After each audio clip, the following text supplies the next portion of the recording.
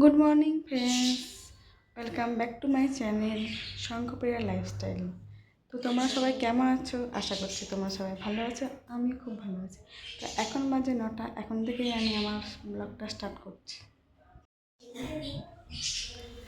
তো তোমাদের তো বলেছিলাম সকালে আমার তেমন কোনো একটা কাজ থাকে না, তো ঘরটা ঝাড় দিয়ে আনি, ঘরটা ঝাড় দিয়ে নেবো। তোমরা ব্লগটা দেখতে থাকো, আশা করছি তোমাদের ভালো লাগবে। দেখো, আমি ঘরটা ঝাড় দিয়ে নিচ্ছি। নিতে নিতে তোমাদের সাথে একটু গল্প করা যাক। তোমরা হয়তো ভাবছো যে এত লেট করে উঠে এত লেট লেট কাজ। আসলে এখানে তো তেমন কোনো আমার কাজ নেই। আর তোমাদের দাদাভাই একটু লেট করেই আসে রাত্রে বাড়ি, যে কারণে ঘুমাতে ঘুমাতেও লেট হয়ে যায়। ওই জন্য সকালে উঠতেও একটু লেট হয়ে যায়। আর তাছাড়া এখানে কোনো কাজই নেই আমার।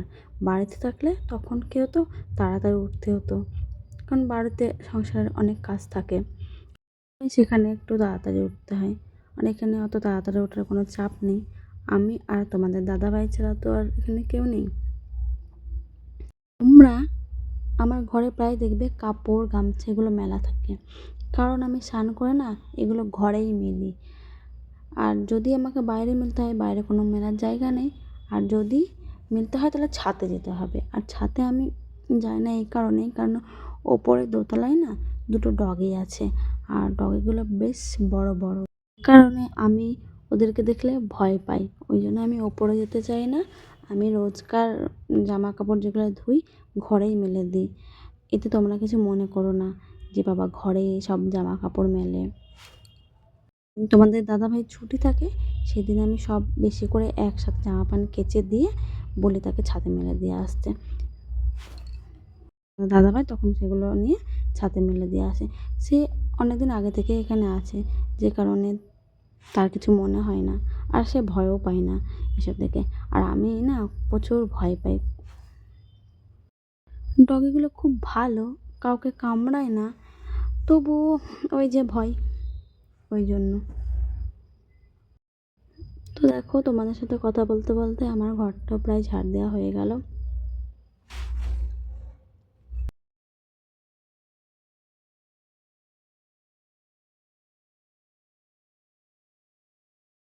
এখন আমি ব্রাশ করে নেব। দেখো, ব্রাশে কলগেটটা লাগিয়ে নিচ্ছি।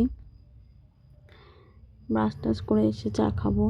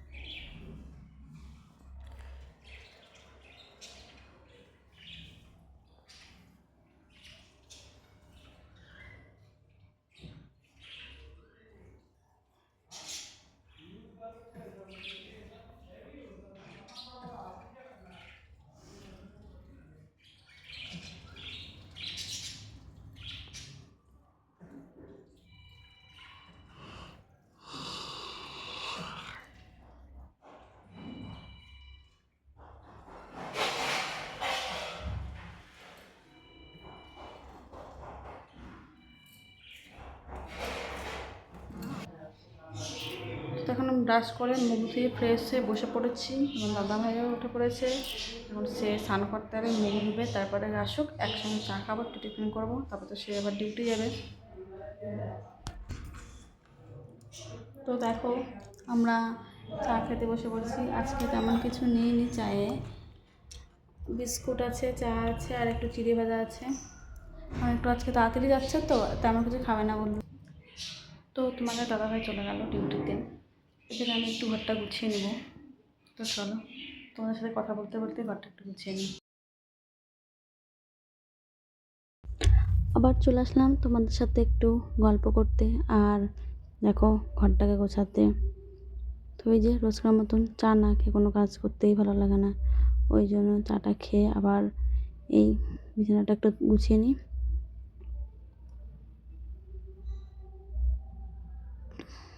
কিছু জামা পানা আছে সেগুলোও গুছিয়ে নেব। আসলে ঘর আমার গোছাতে ভালো লাগে। একা একা বোরিং হয়ে যায়, আবার যখন তোমার দাদাভাই আসে তখন আবার ঠিক হয়ে যায়। এমনটা মনে হয় যে যাই হোক দিন শেষে তো আবার দেখতে পাই তাকে।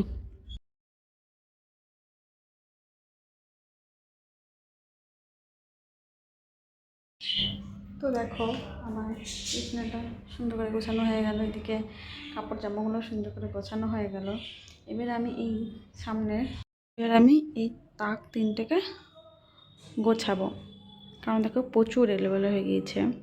আর যে খাড়ি সব ডিবেগুলো দেখতে পাচ্ছ, সেগুলোতে আমি সব ধরো চাল, চিনি, আরও যা যা বাজার হয় সব নিয়ে এসে রাখি। তো সব প্রায় শেষ হয়ে গেছে, সব ধুয়ে দিয়েছিলাম, আবার আনলে তাতে ভরে রাখবো। তো চলো এগুলো আমি এখন গুছিয়ে নিই।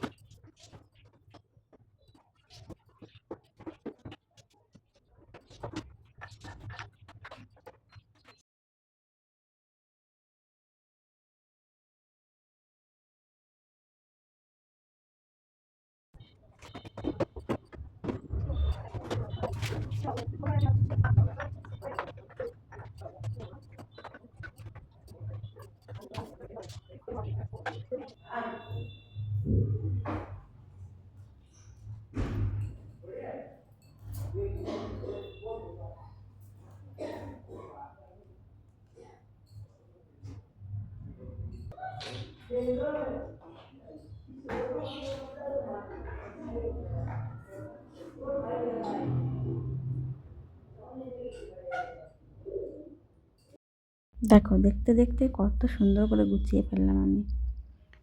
এবার কি সুন্দর লাগছে দেখতে। আর দেখো পুরো রুমটাকেই কি সুন্দর লাগছে, একদম গোছানো। আর আমার এরকম গোছানো থাকলেই ভালো লাগে। গোছানো তো কমপ্লিট, এবার স্নান করে আসি, তারপর তোমাদের সাথে কথা হচ্ছে। তো দেখো ফ্রেন্ডস, আমি স্নান করে চলে এসেছি, রান্না করব। দেখা যাক কী রান্না করি, চলো। তো কী রান্না করবো ভাবতে ভাবতে ভাবছি যে কাঁচা কলা দুটো আছে, পেকে যাবে। তো কাঁচা কলা ভাজা করব আর ঝিঙের তরকারি করব। ওই জন্য সবজিগুলো আগে নামিয়ে নিই, তারপরে কাটবো।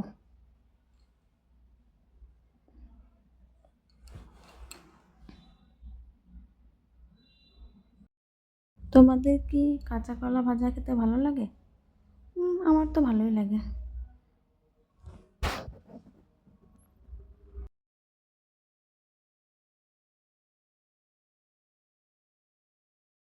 বলতে বলতে কাঁচা কলাটা কেটে ভাজা করতে বসে দিয়েছি, আর ভাতটা আমি আগেই নামিয়ে নিয়েছি, সেটা তোমাদেরকে দেখানো হয়নি আর কি। কলাটা দিয়ে ভাজা হোক, ততক্ষণে তোমাদের সাথে একজনের পরিচয় করাই, চলো।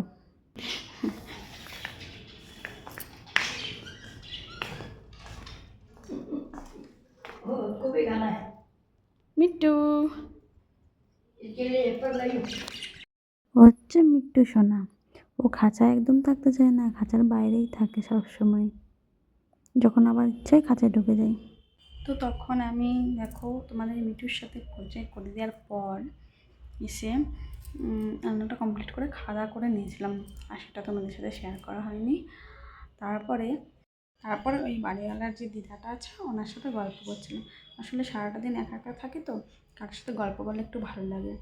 তো কাল থেকে না মনটা একটু খারাপ, কারণ হচ্ছে এই যে আমার পেছনে তোমরা এইটাকে দেখতে পাও তো, এই মসজিদটাকে, এটার মধ্যে যে বাতাসটা ছিল সেটা না বেরিয়ে পড়েছে। তো কী করা যাবে, বেরিয়ে পড়েছে। তো এখন আমি এই ড্রামটা থেকে জলগুলো বোতলে পুরে নেব, কারণ এই ড্রামটা কালকে তোমাদের দাদাভাই দোকানে দিয়ে আসবে জল ভরার জন্য। তো এর ভেতরে যে জলগুলো আছে সেগুলো তো আমাকে বোতলে ভরে দিতে হবে, কারণ দোকানে দিয়ে আসলে না, যেই দিন দিয়ে আসবে সেই দিন জল দেয় না, ওই জন্য এক্সট্রা করে আগে রেখে দিই। তোমাদের বলি, আমার ভিডিওতে যদি তোমাদের মনে হয় যে কোথাও কিছু ভুল বলছি বা ভুল করছি, তোমরা আমাকে বলে দিও। আর আমার ভিডিও দেখতে তোমাদের কেমন লাগে সেটাও বলো কমেন্টে। আর আমার পাশে থেকে একটু। আর একা একা তো এগোনো যায় না, সবাইকে সাথে নিয়ে এগোতে হবে। ভিডিওটি ভালো লাগলে একটা লাইক, কমেন্ট, শেয়ার আর চ্যানেলটাকে সাবস্ক্রাইব করে দিও প্লিজ।